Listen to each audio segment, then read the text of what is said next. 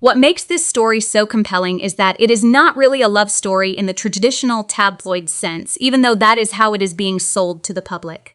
It is being packaged like a fairy tale about the biggest pop star in the world, and one of the most recognizable athletes in America getting ready to walk down the aisle. But buried inside all of that romance is a much colder, much more serious question. If these reports are even half true, then the real issue is not the dress, not the guest list, not the venue, not the flowers, and not even the vows. The real issue is paperwork. The real issue is jurisdiction. The real issue is whether the most financially powerful woman in popular music can structure a legal agreement that protects a fortune built over years of relentless touring, songwriting, re-recording, branding, and ownership. That is why this story has exploded. People are pretending to talk about a celebrity wedding, but what they are really talking about is power, leverage, risk, control, and the uncomfortable truth that when billions of dollars are involved, romance and legal strategy end up sharing the same room. Reports in entertainment media have framed Taylor Swift and Travis Kelce as a couple preparing not just for marriage, but for one of the most heavily negotiated celebrity prenups in recent memory, with state law becoming the hidden battlefield behind the scenes.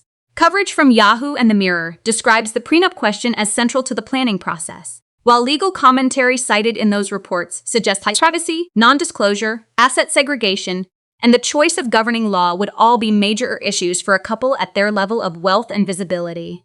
Yahoo, The Mirror. The first thing that has to be understood is that the story is not really about whether they will sign a prenup. At their scale, that almost feels like a foregone conclusion. Once people reach a certain level of wealth, especially wealth tied to businesses, royalties, long-tail intellectual property, endorsements, and real estate spread across several jurisdictions, a prenup stops being some dramatic insult and starts looking more like standard infrastructure. It becomes part of the architecture of the marriage. It is not necessarily evidence of mistrust. It is evidence that both parties understand what they own, how they earn, how exposed they are, and how much could become legally messy if everything is left vague. Legal commentary cited by Yahoo notes that a likely prenup for a couple like this would aim to keep their estates separate, could include confidentiality protections, and might even direct disputes toward mediation or private processes to reduce public exposure. That matters because this is not a couple whose problems, if they ever had any, would stay private by default. Their lives are monetized, analyzed, and recycled 24 hours a day.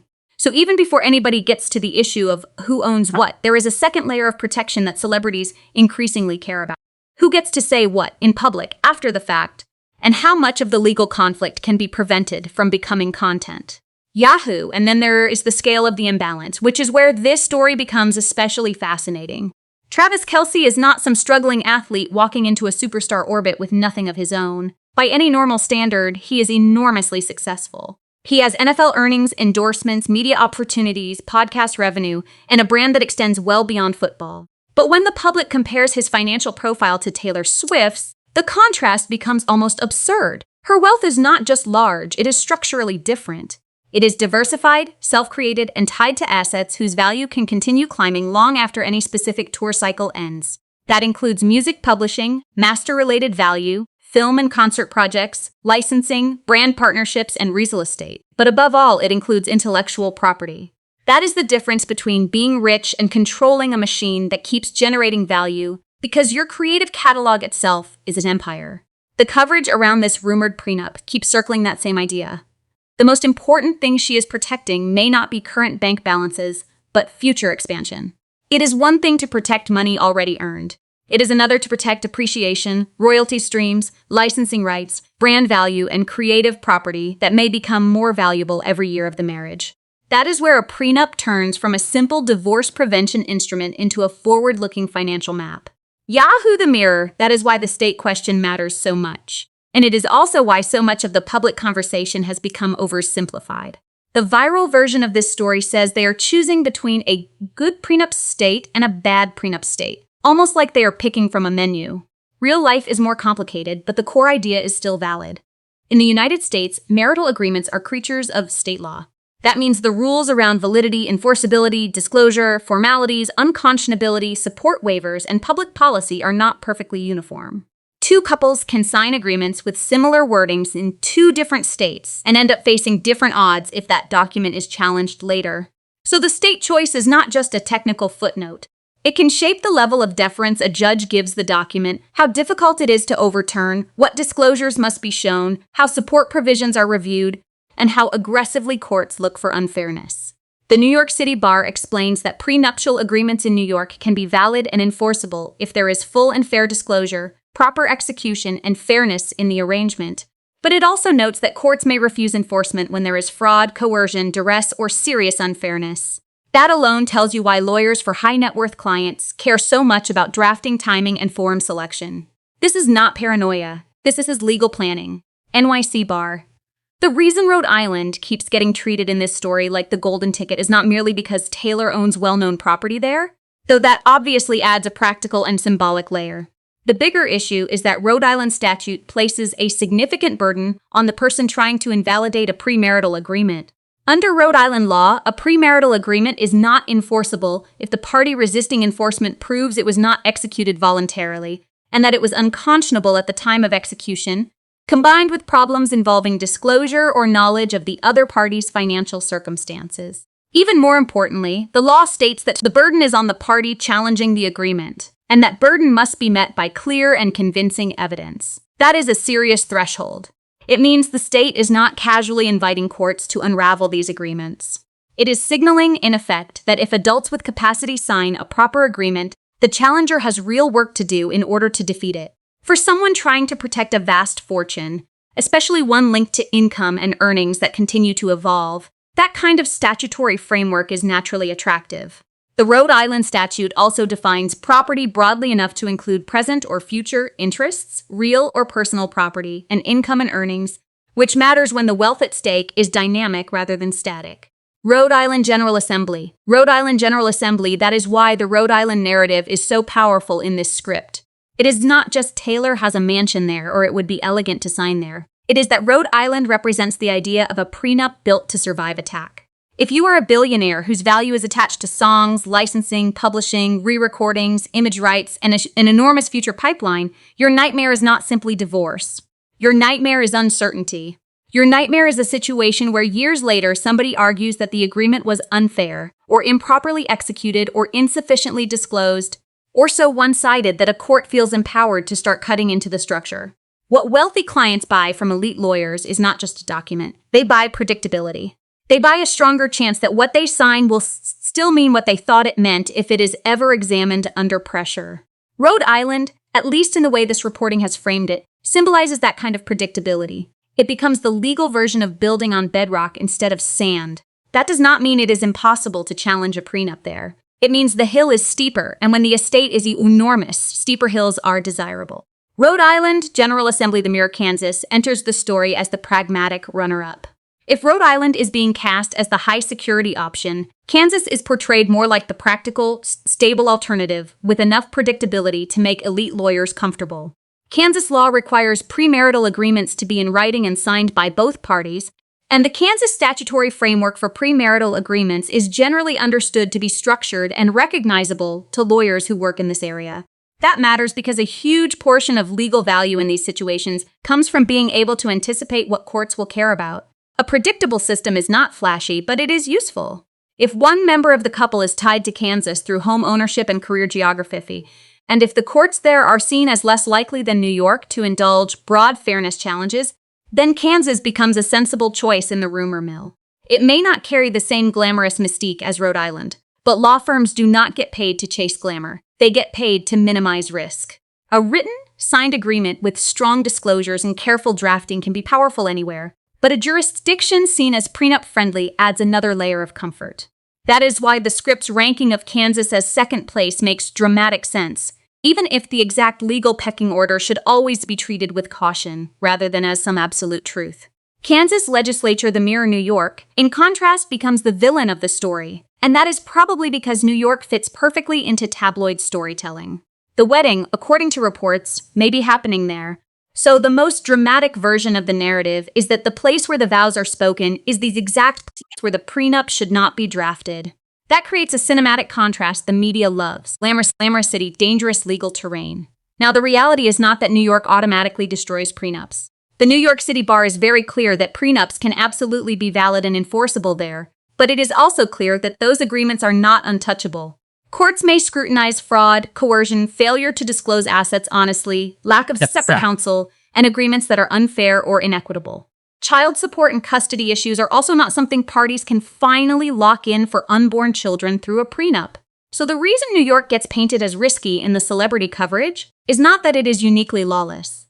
It is that it can be more inviting terrain for a challenge if the facts are ugly or the drafting is sloppy.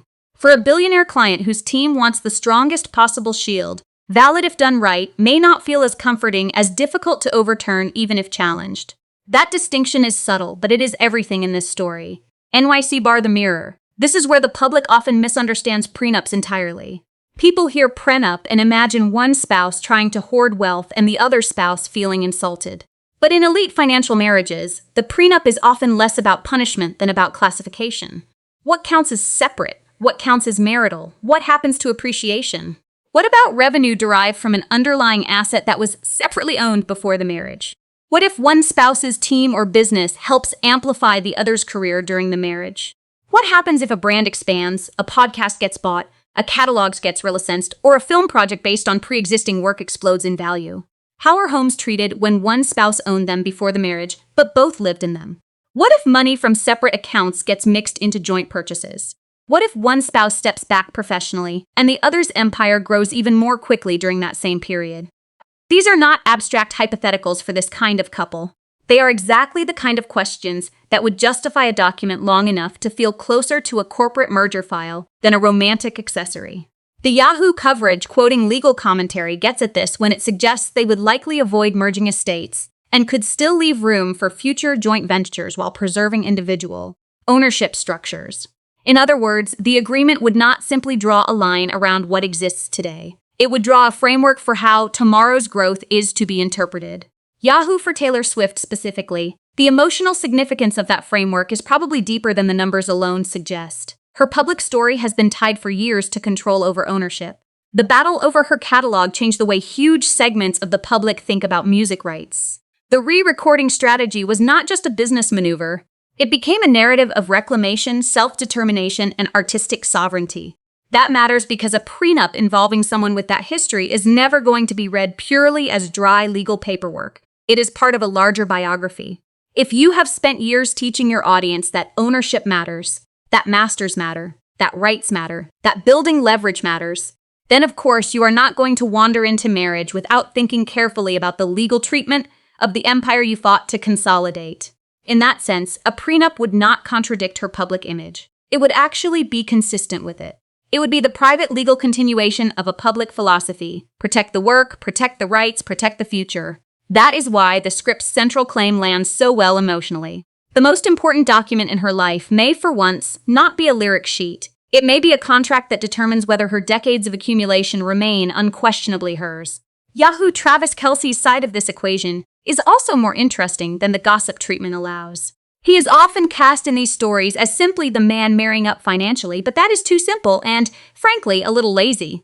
He has his own business identity, his own earning capacity, and his own expanding entertainment footprint. The modern NFL superstar is no longer just a player collecting salary. He is a media figure, a brand partner, a content participant, and, in some cases, a long-term commercial personality. A good prenup would protect him too. It could define his income streams, carve out his existing assets, preserve future media opportunities, address real estate holdings, and reduce the risk that his career trajectory becomes entangled in ambiguity. The smartest version of this agreement would not be, Taylor keeps everything. Travis signs away the moon. The smartest version would say both people walk in with major value, both may continue generating major value, and both deserve clarity. That is one reason the smarter legal commentary avoids the language of greed and instead talks about normal financial planning. It is a cold phrase, but it is probably the correct one. Once fortunes become complex enough, good planning is not cynical. It is responsible. Yahoo the mirror, and that leads to one of the deepest themes running under the entire piece. The difference between what audiences want marriage to mean and what marriage often has to mean for people whose lives are financially industrialized. Fans want symbolism, lawyers want definitions, fans want intimacy, lawyers want disclosures, fans want a handwritten promise. Lawyers want signatures, schedules, exhibits, acknowledgments, governing law clauses, waivers, and backup protections. That does not make one side romantic and the other side heartless. It just shows that marriage at this level exists on two tracks simultaneously. One track is emotional and public-facing, full of photographs, songs, outfits, and stories. The other is legal and structural, full of terms, contingencies, and risk allocation. Ordinary people can pretend those tracks are separate. The ultra-famous cannot. For them, the emotional union and the legal union are forced to collide because the cost of vagueness is so high. That is why the state selection becomes more important than the table settings. Table settings make a memory. Governing law shapes consequences. One lasts for a night, the other can last for decades. NYC Bar Rhode Island General Assembly. Another reason this story has spread so widely is that it sits at the intersection of three obsessions the internet cannot resist: celebrity romance, extreme wealth, and hidden legal strategy. If this were just a wedding rumor, it would have a shelf life of a day or two. If it were just a legal story about state law differences and prenups, only lawyers and finance journalists would care. But combine those things with the largest pop cultural microscope on Earth, and suddenly every clause feels like narrative fuel. Every state becomes a character. Rhode Island becomes the discreet protector. Kansas becomes the sensible backup. New York becomes the glamorous danger zone. Tennessee becomes the sentimental home state possibility. Missouri becomes the less favored cross-border option. California gets framed as eliminated before the real race even begins. That is not just reporting. It is dramatic mapping. The coverage transforms legal jurisdictions into emotional settings, and once that happens, people stop hearing choice of law and start hearing who is winning behind the scenes. The mirror Yahoo, but the script also works because it understands something about Taylor Swift's celebrity specifically. She exists in a zone where every administrative action can be interpreted as symbolic. If she chooses to call guests personally instead of sending paper invitations, that shit's read as genius-level privacy management. If the venue is hidden until the last minute, it becomes a ghost wedding. If there are reports about NDAs, private planners, or elite security, those details do not just sound plausible, they sound inevitable. Her fame is so large that secrecy itself becomes part of the aesthetic. Reports about a potential wedding planner, including rumors tied to designer Rishi Patel, have circulated online, but the available coverage also makes clear that these claims were not officially confirmed, and that much of the excitement came from social media speculation and anonymous sourcing, rather than direct statements from the couple. That distinction matters because this entire ecosystem thrives on the blur between planning and projection. Fans, gossip accounts, entertainment sites, and social platforms feed one another until rumor acquires the appearance of inevitability. Yahoo! The same is true of the relationship subplots that get folded into the main narrative. Stories about whether Taylor and Kelce are as close as fans imagine, whether an ex's appearance at a major event generated online comparison, whether a celebrity connection to one of Taylor's old industry rivals was a subtle dig, whether a famous rapper's album art was a coded tribute, whether her guest outreach strategy is more personal than traditional, all of it functions the same way. It is not there because it changes the legal stakes. It is there because it thickens the atmosphere around the wedding and turns one event into an entire media weather system. The prenup becomes the spine of the story, but the side plots are what make the public stay with it. One day the headline is legal, the next day it is social, the next day it is musical, the next day it is fashion, the next day it is family dynamics. In the modern celebrity machine, the wedding is not just an event, it is a season, and every rumor becomes another episode.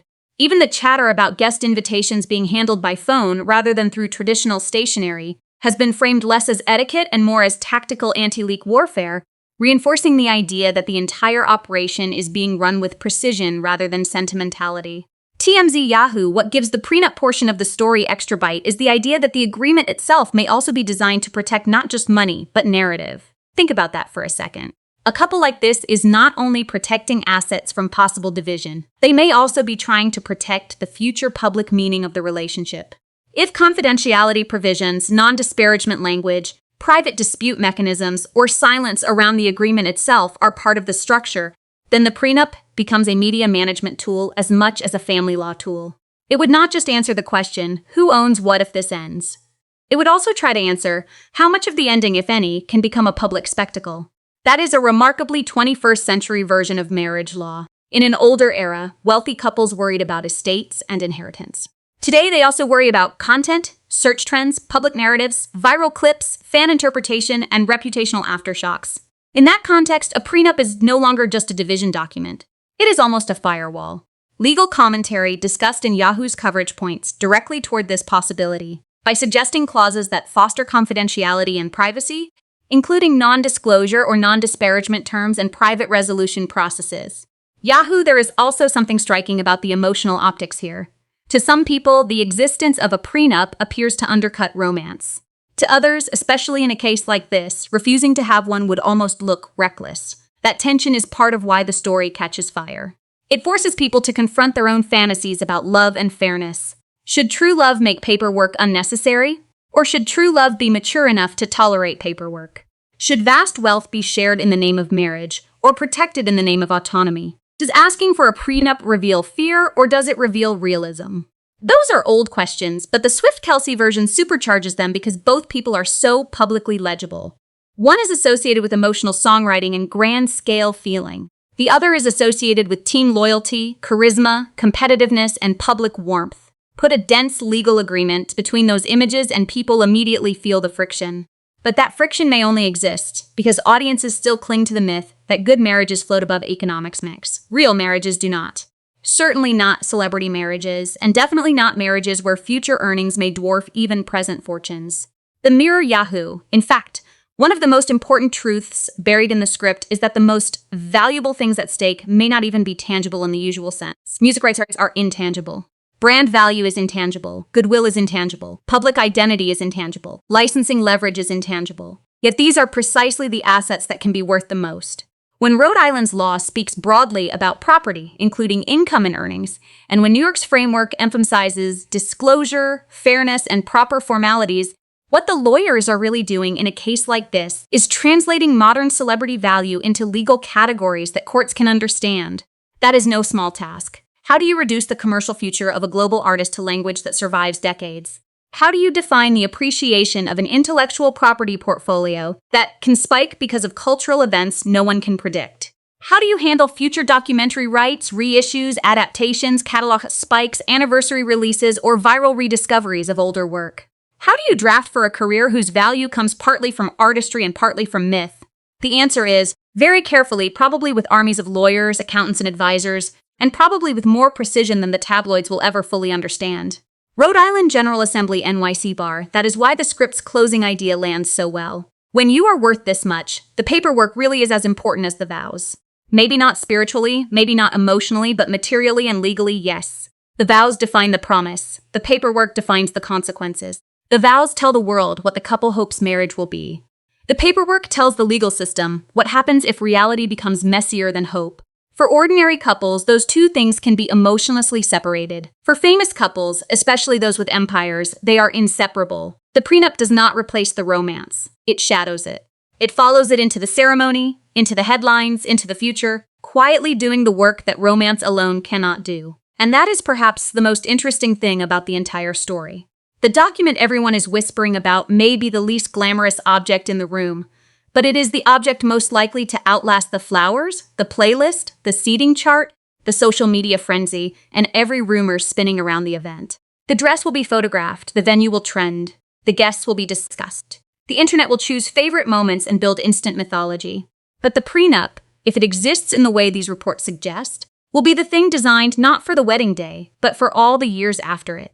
Yahoo the Mirror. So if I were to expand this script into its truest, strongest form, I would say the real drama here is not whether Taylor Swift and Travis Kelce love each other, and it is not whether they want a beautiful wedding, and it is not even whether they are trying to keep the details private. The real drama is that modern celebrity marriage is a collision between emotion and infrastructure. It is two people standing at the intersection of desire, branding, family, law, media, commerce, and public expectation. It is one of the most famous women alive, a woman whose career has repeatedly centered on authorship and ownership, reportedly approaching marriage the same way she has approached the rest of her empire, with precision, caution, and a refusal to leave major rights unprotected. It is a successful athlete and media figure stepping into that same structure, not as a bystander, but as someone whose own value also deserves definition and protection. It is lawyers quietly shaping what fans loudly romanticize. It is the recognition that in a world where one signature can redirect billions, choosing where to sign may matter almost as much as choosing whom to marry. And if the reporting is accurate, that is why Rhode Island, Kansas, Tennessee, Missouri, and New York are not just dots on a map in this story. They are legal futures. They are alternate realities. They are different answers to the same question. How do two massively public people create a private system strong enough to survive everything fame might throw at it? Rhode Island's statutory burden rules help explain why it is being framed as especially attractive to someone seeking durability. Kansas's clear statutory structure helps explain why it is treated as a solid backup. New York's emphasis on proper execution, disclosure, and the possibility of challenge helps explain why it is viewed as less comfortable terrain for a hyper-protective legal strategy. And all of that means this story, beneath the sparkle and gossip, is actually about one of the oldest truths in human life. Love may be timeless, but marriage is also a contract, and contracts become most revealing when the stakes are enormous. Rhode Island General Assembly, Kansas Legislature, NYC Bar.